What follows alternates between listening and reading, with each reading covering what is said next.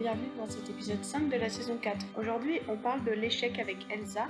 C'est vrai qu'à l'édition de cet épisode, je me rends compte qu'on parle de l'échec dans nos propres vies et on essaye de généraliser, mais c'est vachement dur de parler de qu'est-ce qui est considéré comme un échec pour un autre quand on ne le considère pas comme un échec. On fait des blagues nulles, on prend des exemples vraiment nuls, et en fait c'est comme une mise en abîme de qu'est-ce que c'est l'échec.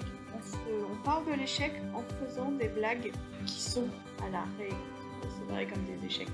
Voilà, vous comprenez que on n'avait pas forcément partagé les sujets les plus difficiles de nos vies, qui sont les plus gros échecs de nos vies. Donc voilà, on doit respecter notre vie privée, notre cercle de vulnérabilité. Et j'espère que cet épisode vous encourage à apprendre à rire de vos échecs, au moins des petits échecs de nos vies, à moins nous prendre au sérieux, à être un peu plus gentil avec nous-mêmes. Et puis ça nous encourage peut-être de voir qu'on est tous un peu en galère avec les choses qu'on a loupées. Je vous souhaite un bon épisode et une bonne écoute. Est-ce que pour commencer cet épisode, on peut faire une blague? Je pense, je ne me rappelle plus qui c'est, donc si cette personne écoute l'épisode et voudrait me communiquer sa blague, sentez-vous libre, je donnerai des copyrights dans la description de l'épisode. Mais quand j'ai dit que j'allais faire un épisode sur l'échec, quelqu'un a fait la blague sur « Ah, tu vas interviewer des joueurs mondiaux et tout ». Et moi, j'ai trouvé ça vraiment bête, mais apparemment, mon cerveau a décidé de retenir cette blague et de la placer en introduction de cet épisode. Moi, donc aujourd'hui, on va parler de l'échec. Tu l'aimes bien cette blague, Elsa? Mais c'est plutôt mon humour... De papa? Ouais, voilà, exactement. De papa de 50 ans? Ouais, 55 même, je dirais. Mais ouais. Ouais, là par exemple, blague de 5... Non, c'est pas une blague de daron, ça. Je ne sais pas, ce sera juste moyen, juste moyen. J'ai des choses à dire sur l'échec. Je dirais que toute ma vie, j'ai fui l'échec. Et je vais certainement fuir ça pendant plusieurs années encore. Mais en décembre, j'ai fait cette prière à Dieu. Apprends-moi à accueillir l'échec dans ma vie. Et ouais, il y a eu... il y a eu différentes choses où je dois accueillir. En fait, l'échec, c'est juste une question de perception. Et pour moi, l'échec, c'est l'humanité. Être humain, en fait, c'est être en échec. Si t'es en échec, c'est juste que t'es humain. Mais selon ta personnalité, la culture familiale ou les choses que t'as appris, tu penses que l'échec, c'est vraiment comme... je dirais que t'as échoué, mais ça vient de la même racine. Je peux pas définir l'échec qu'avec échouer, mais... Mais quand souvent c'est les dictionnaires, genre rapport, nom du verbe rapporter, c'est pas du tout une définition. De quoi? Genre, quand tu vas regarder une définition de genre échec, ils vont te dire dérivé du verbe échouer. Oui. Et ils te donnent pas de définition. Ah, c'est tout, mais ça, c'est les petits dictionnaires, de CM2. Bon, je sais pas pourquoi j'ai... Oui.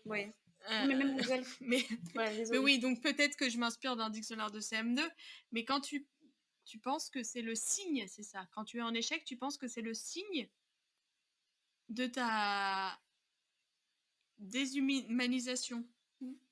Que, en fait, c'est pas juste une situation, mais tu vas le rapporter à toute ton identité. Et là, on est dans l'ordre du problème.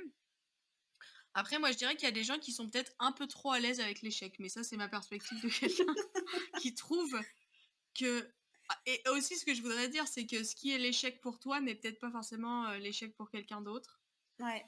Donc voilà. Et moi, je dois vraiment apprendre... Il y a tellement de trucs que je considère comme l'échec que je m'autorise même pas. Et du coup, après ma prière de décembre sur apprends-moi à accueillir l'échec, est venue assez rapidement la prière en janvier de aide-moi à être gentille avec moi-même dans l'échec, en fait. Vu que pour moi, l'échec, c'est genre un gros sujet, vu que après j'avais quand même beaucoup plus d'échecs qu'avant avoir prié, étonnamment, hein, Dieu répond à nos prières, aussi courageuse soit-elle. J'ai dû, c'était pas cool ce qui se passait dans ma tête vis-à-vis de moi-même, et j'ai dû apprendre à respirer un coup et à dire ok, t'es juste humaine, ça va, c'est pas grave, tranquille, voilà. Ouais. Non, mais je pense que moi aussi j'ai du mal avec l'échec, mais enfin, du coup, je dirais que concrètement, c'est pas l'échec le problème dans ma vie. C'est toi. Je suis le problème. Non, c'est la peur de l'échec.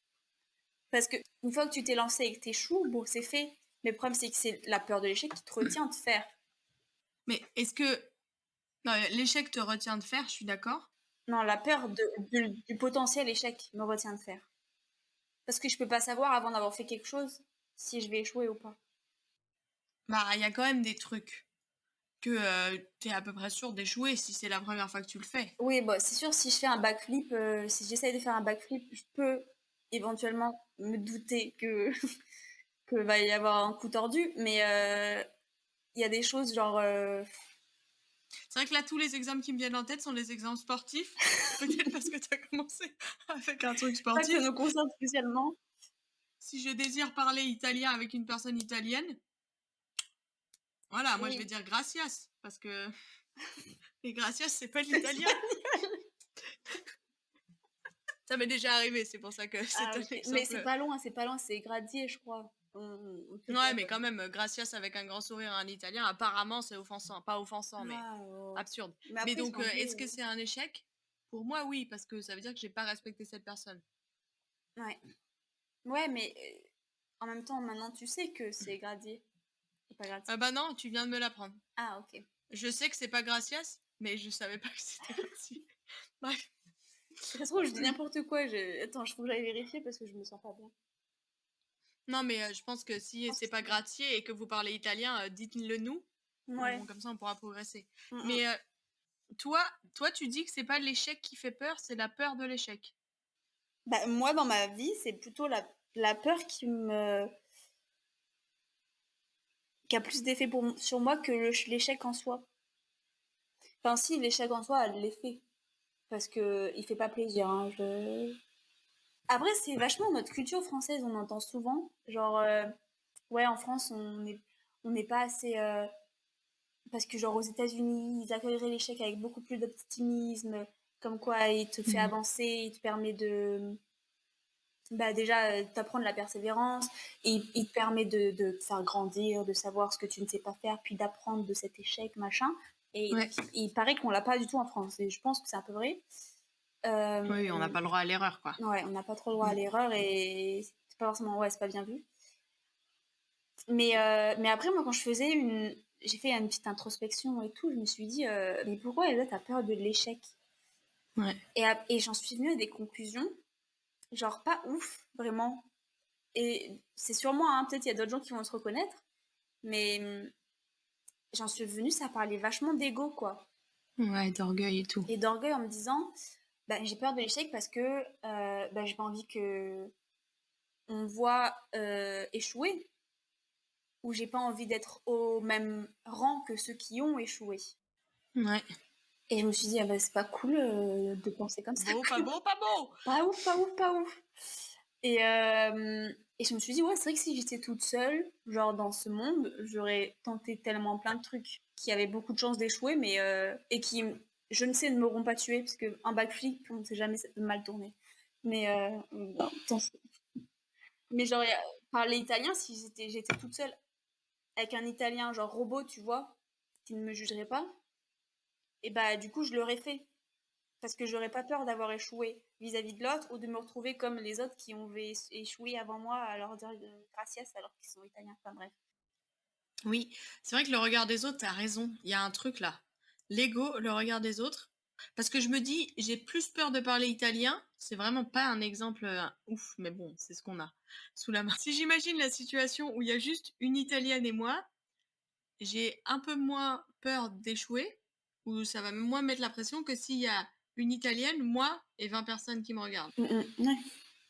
Mais c'est vrai que ça. Parce que alors que les gens en face, ils vont voir, t'as pas su parler italien, mais ils savent probablement pas parler italien non plus. Oui. Ou si, oui, il y a quelqu'un d'autre qui peut faire le job à ma place, quoi. Voilà, c'est ça. Et donc, on se retrouve enfin, à avoir peur de quelque chose qu'au final, bah, tout le monde a peur de faire. Et tout le monde a autant de chances de toi. Enfin, non, parce qu'il y a des aptitudes plus naturelles que d'autres. Genre, forcément, si t'as fait LV2 italien, tu vas mieux t'en sortir que toi. Mais on Ouais. va vraiment très loin dans cet exemple. Non, mais je pense qu'il faut qu'on cesse avec l'italien, là. En soi, si t'as pas si t'as pas les qualités pour cette activité, forcément, t'as plus de chances d'échouer. Mais dans ce cas-là, c'est normal. Est-ce que c'est surprenant? Et après, c'est sûr que l'échec dans une situation où tu as énormément travaillé pour réussir, là, il fait peur et il est plus difficile à appréhender, mais tu peux aussi le voir comme un tremplin pour progresser, pour en apprendre plus. Ça me fait penser au TED Talk sur la procrastination. Donc, tu sais, les TED Talks, c'est des mini-conférences là où il y a un mec qui parle, ou une meuf d'ailleurs, hein, pendant 10-15 minutes. Et il a fait c'est en anglais. Et il explique qu'il a fait des recherches sur la procrastination et c'est assez drôle. Et en gros, pour la procrastination, un des gros enjeux, c'est la peur de l'échec. Ouais. Et je me dis, l'échec, quand tu dis par exemple sur on a beaucoup travaillé et on échoue et c'est horrible. Moi, en fait, quand tu parlais de ça, je me disais, moi, il n'y a pas beaucoup de choses où j'ai l'impression d'avoir beaucoup travaillé. Mais parce que je pense qu'en fait, je me dis, mais je peux pas. Enfin, pour moi, l'échec est pas tellement lié à genre à un nombre d'heures que j'ai passé ou à un travail, mais clairement, pour moi, l'échec, c'est des échecs relationnels ou sociaux, quoi. Ouais. C'est pour moi parce que c'est ma personnalité et c'est le regard des autres. C'est beaucoup plus, ouais, en situation sociale, je me sens souvent en échec. Souvent, je me dis, j'ai pas trop aimé comment j'étais dans cette situation. Je me suis insupportée dans cette situation. Pourquoi t'as dit ça? Tout ça, et pour moi, c'est des échecs. Mais parce que ça renvoie à l'image qu'on a de nous, du coup. Oui, c'est vrai. Et du coup, ça marche dans les échecs sociaux ou les échecs autres, hein. Ça renvoie à est-ce que on pense qu'on est capable ou pas. Mais après, pour les échecs sociaux, c'est super subjectif. Oui. Comme tu disais, ce qui est un échec pour moi ne le sera pas pour un autre. Et en plus, qui t'a dit que tu avais échoué dans cette situation? Oui, c'est vrai que ça, c'est hyper important de, de reconnaître si c'est un échec objectif ou subjectif. Parce que par exemple, si tu as eu une sale note ou que t'as pas été pris dans cet entretien d'embauche ou quoi, c'est relativement objectif. Mais encore, est-ce qu'en fait, c'était vraiment là que tu devais aller? Tout ça, c'est, je sais pas. Non, mais oui, ça dépend aussi le niveau de la barre qu'on se met, quoi. Est-ce qu'on s'autorise à pas être parfait? Juste. Déjà, on le saura jamais en plus, donc vaut mieux s'autoriser à pas être parfait. Est-ce que, enfin, genre, si souvent tu vas, par exemple, imaginons tu fais de la danse, tu vas faire ton spectacle de danse, ta représentation, tu vas sortir de la salle, tu vas dire à tes proches, ouais, j'ai été nulle, ils vont te dire, mais non, mais t'as été super, c'était super bien. Parce que tu mets la barre trop haute, que t'es perfectionniste ou que tu et t'as le droit de trouver que t'as pas été au top. T'as le droit de trouver que t'aurais pu faire mieux. Au final, de l'extérieur, cette situation, elle se voit pas du tout. Alors si toi, dans ton truc, tu dis, bon, je travaillerai plus et ça sera mieux pour moi-même la prochaine fois, ok, mais si tu te dis, ok, j'ai échoué, c'était nul, j'arrête. Alors qu'au final, les gens, ils vont trouver ça très bien et que ça s'est pas vu, est-ce que c'est vraiment... Enfin, ouais, l'échec, c'est subjectif et il faut l'accueillir de manière proportionnée. Ça, c'est vrai. Et des conséquences, en fait. C'est ça. Parce que y a des échecs qui ont des sales conséquences, quoi. Enfin, Oui. il y a des trucs, tu te mets dans des situations de danger parce que le backflip étant un exemple, ça peut avoir des sales conséquences, quoi. Si là, t'es en échec. Oui, c'est toute une question d'être mesuré dans des conséquences. Et je dirais de pas laisser tes actes définir ton identité. Ouais. Moi, une chose que je pensais quand tu parlais de la performance, de la danse et tout, moi je dirais que je vais pas faire ma vieille relou qui dit avant c'était mieux. Mais il y a 100 ans, quand ils vivaient juste dans leur petit village, qui voyaient rien et tout, la capacité à se comparer aux autres était quand même assez limitée. Enfin, tu t'avais pas 50 personnes qui étaient comme toi, le même âge, avec la même situation de vie. Aujourd'hui, les réseaux sociaux sont remplis de trucs, ça met une pression monstre et du coup, par rapport à l'échec, déjà, on te met la pression d'essayer de plus en plus de trucs. Ouais. La pression de la bucket list, de toutes les choses que tu dois faire, de toutes les destinations que tu dois aller, de toutes les langues que tu dois parler, pour comprendre telle ou telle situation et tout. Waouh! C'est la pression. Ouais. Et donc, il y a une pression de réussir et qui en même temps étonnamment, est contrebalancé par tout un discours d'accueillir l'échec, d'accueillir sa vulnérabilité. Et moi, je trouve que tout ça, c'est du faux, quoi. Parce que tu dis accueillir la vulnérabilité, et puis après, la même personne sur son compte Insta fait un post en disant les gens qui pensent comme ça, c'est intolérable, les personnes toxiques et tout. Et donc tu dis bah il faut à un moment, il y a deux poids deux mesures. Soit tu dis il faut accepter la vulnérabilité et t'acceptes tout le monde, soit tu dis pas ça, quoi. Mais c'est qu'ils sont limite dans le système de tu accueilles l'échec seulement parce que cet échec peut te faire réussir après. Oui. Oui. Alors que des fois, non. Non, enfin, genre, faut arrêter de dire. C'était Edouard Baird qui disait ça. Faut arrêter de dire. Ah là là, si c'est Edouard Baird, c'est incroyable. Non, mais Edouard Baird, il se fait souvent citer sur les comptes de motivation et tout. Ah oui. Et je l'entendais réagir à ça et dire non, mais il faut arrêter dans ces comptes de motivation de dire que c'est parce que. Et en plus, il se fait reciter avec cette phrase dans les comptes de motivation, je trouve ça drôle. Bien sûr. Il faut arrêter de dire que parce que tu vas essayer, tu vas réussir. Ouais. Non. Mais est-ce que le chemin, tu vas réussir au final, pas forcément du premier coup, mais que parce que tu vas essayer, persévérer, à la fin, tu vas réussir. Et il disait, bah, faut arrêter, non, parce que ça n'arrive pas toujours. Faut arrêter de viser la réussite comme étant l'objectif. Et faut plutôt viser le chemin, le trajet. Croissance, ouais. Voilà. Du coup, tu comprends pourquoi il a été recité dans les comptes de motivation. Ouais. Mais... quel homme. Quel homme. Mais c'est vrai qu'il faut arrêter... Enfin, c'est pas parce que tu essayes que tu vas réussir. Mais en même temps, si tu n'essayes pas, tu vas jamais réussir déjà. Et est-ce que... Et sur quoi est-ce que tu as mis ton but dans la vie? Ouais. Et sur quoi est-ce que tu as mis ta valeur? Peut-être il y a un truc... j'ai vraiment l'impression d'être gravement hypocrite dans cet épisode, hein, parce que vraiment l'échec, enfin c'est pour ça qu'on choisit des thèmes oui, non, mais qui moi nous aussi, touchent, hein, mais je veux dire, l'échec vraiment c'est un peu mon but dans la vie, c'est de l'éviter, quoi. Et pourtant je tente des trucs, je fais des trucs, enfin je tente des trucs, je me bouge et tout, mais ouais, l'échec social c'est vraiment un problème pour moi, donc pour moi l'enjeu c'est vraiment de... Non, je sais pas, ça dépend. En fait, on est tellement différents.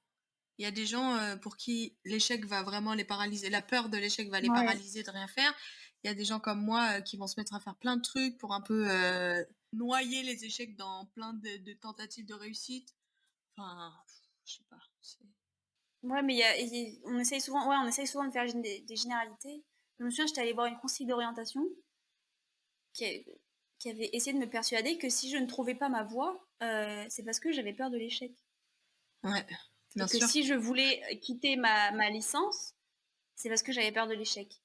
Elle me dit, mais si, c'est parce que tu as échoué là, et du coup, depuis, tout a été chamboulé. Mais j'avais envie de lui dire, cet échec-là dont tu me parles, je ne l'ai pas vécu comme un échec, je m'en foutais, ça ne m'a pas atteint. Je vois pas pourquoi ça... Enfin, bon, du coup, on avait passé l'entretien, on a parlé de ça, on n'avait pas du tout la même vision des choses, et on est... Ouais, pour elle, elle a pensé que je l'avais mal vécu, cet échec-là, alors que c'était juste, je l'avais pris comme une information, et voilà. Ouais. Et j'avais pas l'impression d'avoir peur de l'échec, mais ça m'avait fait réfléchir. J'étais en train de me dire, mais ouais, peut-être j'ai peur de l'échec sur ça. Parce que j'ai souvent peur de l'échec, alors peut-être c'est ça et tout, mais non. Et puis, enfin, ça ne force pas. Ça va pas forcément te faire avancer de te dire que c'est parce que t'as peur de l'échec que tu fais pas ça. Oui. En fait, la peur de l'échec, ça peut être la peur du regard des autres, ça peut être la peur de la honte, ça peut être le besoin de perfectionnisme. La peur de sortir de sa zone de confort, ouais, non, mais plein de choses. La peur du rejet, la peur de l'abandon, la peur du travail aussi, peut-être. Je pense qu'il y a quelque chose, dans mes 2 centimes, moi je dirais, la peur de l'échec. L'échec, c'est reconnaître ton humanité. Et moi, j'ai vraiment envie de te dire, si l'échec, ça te paralyse ou ça te pourrit la vie comme c'est le cas pour moi, peut-être que là, maintenant, après avoir écouté cet épisode, tu peux éteindre le son dans ton oreille et te demander à toi-même d'être gentil avec toi-même. Peut-être. Ouais, c'est beau. Et moi, pour mes 2 centimes, pour compléter, je dirais que... est-ce que toi, tu vas voir comme un échec? Peut-être que d'autres personnes ne le verront pas comme un échec. Ou même s'ils le voient comme un échec, ils vont pas le voir comme, ils vont pas forcément le voir comme quelque chose de mauvais. Toi, tu vas le blâmer, cet échec que t'as fait, mais les autres, ils vont juste dire, ah oui, bon, bah, elle a pas réussi, tant pis. Et, ou même pas, enfin, ils vont se dire, elle fait sa vie, quoi. Et donc, ouais, c'est subjectif et c'est propre à chacun. Et ouais, sois gentil avec toi-même. C'est un beau mot. Enfin,